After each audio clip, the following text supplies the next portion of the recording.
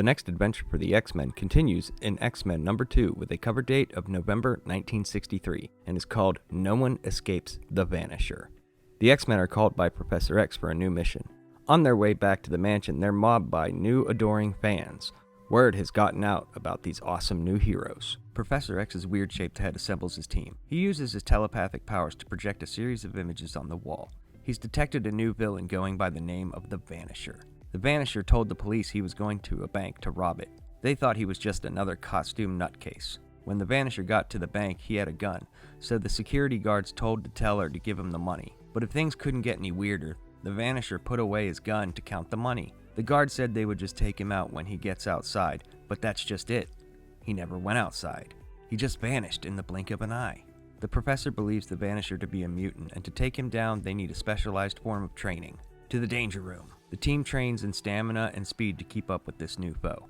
Next, the Vanisher shows up to the Pentagon to tell some generals he intends on stealing very important plans they're working on, and then he vanishes. After hearing about his exploits in the newspaper, all the bad guys who aren't already in jail marvel at the feats of the Vanisher. Professor X talks to agents in the Pentagon using a psionic device he gave to them. The agent tells Xavier about the Vanisher's plans to steal the Continental Defense plans. They expect him at any moment. Xavier has the X-Men get ready to go to Washington, D.C. We arrive at the Pentagon where 4 armed men are guarding the defense plans. The Vanisher appears, snatches the plans, and vanishes again. He reappears in the hallway, but more men are in pursuit. One man tackles him, but when they reach for the Vanisher, he's vanished again. This time he reappears right in front of the X-Men. The team plays hot potato with the case containing the defense plans, and just as they think they have the Vanisher in their grasp, he gets the plans and he vanishes. The X-Men have been beaten today, and it's a lesson they needed to learn. They're not as good as they think they are. The next day it's all over the newspapers, and over the radio the Vanisher makes his next move. He's demanding $10 million tax-free from the government, and only then will he turn over the defense plans. Iceman and Angel start to argue over what happened during the fight with the Vanisher, and that's when Professor X said he's had enough. He says they did a pretty good job considering their youth and experience, but it's time for Xavier himself to get involved and show them taking down an enemy is not all about brute strength.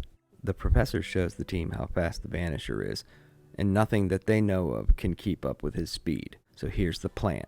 The next day, Xavier informs Washington of his plan, and they're on board. The Vanisher arrives with a small mob to back him up and witness his feat of brilliance. The X-Men part, revealing Professor X, who gives the Vanisher one last chance to hand over the plans. The Vanisher laughs at this weak man in a wheelchair. What could he possibly do to the great Vanisher? All of a sudden, fear strikes the Vanisher, and he has to get away from this man in the chair.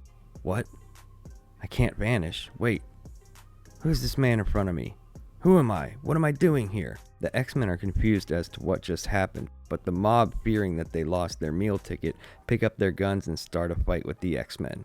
The team uses their powers to make short work of all the goons, all the while wondering what happened to the mighty Vanisher.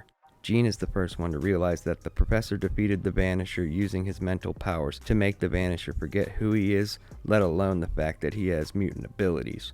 After the men are dispatched, the X-Men marvel at their leader. Looks can be deceiving, especially when being a mutant.